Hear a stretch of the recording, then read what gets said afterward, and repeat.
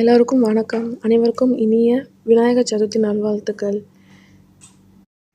இன்றைக்கி Wednesday morning routine தான் பார்க்க போகிறோம். இங்கே யூஏஇயில் விநாயகர் சதுர்த்திக்கு லீவ்லாம் கிடையாது. அதனால் இன்றைக்கி ஸ்கூல், ஆஃபீஸ் கண்டிப்பாக இருக்குது. அதனால் தம்பிக்கு காலையில் குட்டி தோசையும் அதுக்கு தேங்காய் சட்னி கொஞ்சம் டேட்ஸும் வச்சாச்சு. செகண்ட் பிரேக்குக்கு பேரிக்காயும் கடலை மிட்டாயும் வச்சு கொடுத்துருக்கேன். தம்பியை ஸ்கூலுக்கு அனுப்புனதுக்கப்புறம் தான் நான் இங்கே வீடை க்ளீன் பண்ணி அதுக்கப்புறம் சாமி கும்பிட்ற வேலையெல்லாம் பார்க்கணும்.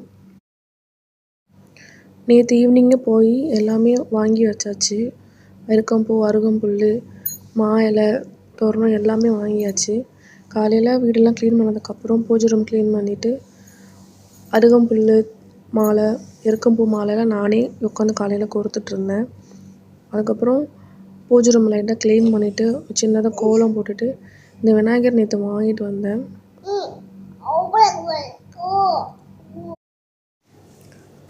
அதுக்கப்புறம் இந்த பிள்ளையார் நானே வீட்டிலே செஞ்சது.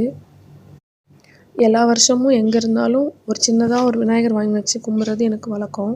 இந்த வாட்டி ஒரு சேஞ்சுக்கு நானே செஞ்சு சாமி கும்பிட்லான்னு சொல்லி தான் இந்த விநாயகரை செஞ்சு வச்சுருந்தேன். இருந்தாலும் நேற்று கடைக்கு போனப்போ இந்த விநாயகரை பார்த்துட்டு வாங்கணும்னு தோணுச்சு.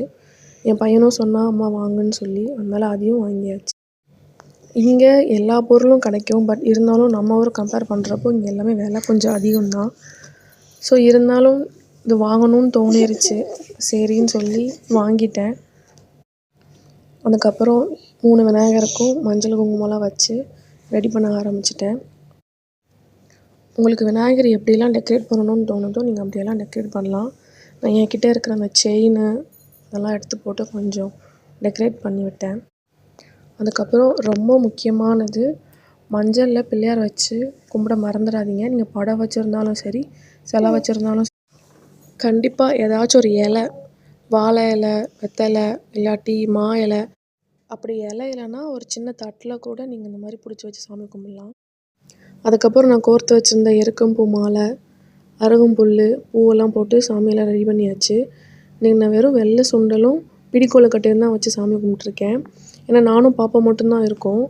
ஹஸ்பண்டும் பையனும் ஈவினிங் தான் இருப்பாங்க. ஸோ அப்போ வந்து கொஞ்சம் நல்லா நிறையா பண்ணி கும்பிட்டுக்கலாம் அப்படின்னு சொல்லிட்டு விளக்கேற்றி ஊதுபத்தி, சாம்பிராணி, கற்பூரம்லாம் காமிச்சு சாமி கும்பிட்டாச்சு.